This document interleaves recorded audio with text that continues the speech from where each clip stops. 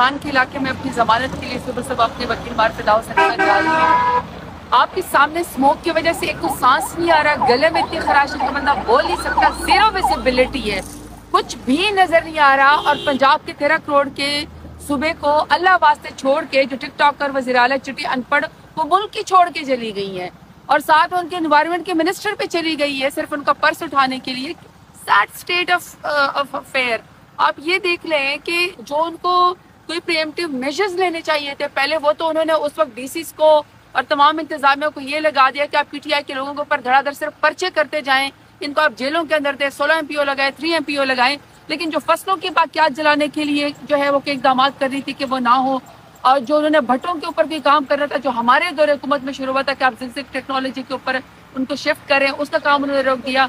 पिछले 3-2.5 साल से मुझे एक बता जो मेरे लीडर इमरान खान ने एक सस्ता तरीन तरीका बताया था कि आपने प्लांटेशन करी थी, कोई एक मुझे प्लांटेशन ड्राइव इनकी बता दे कि उनको एक दरख्त इन्होंने लगाया हो।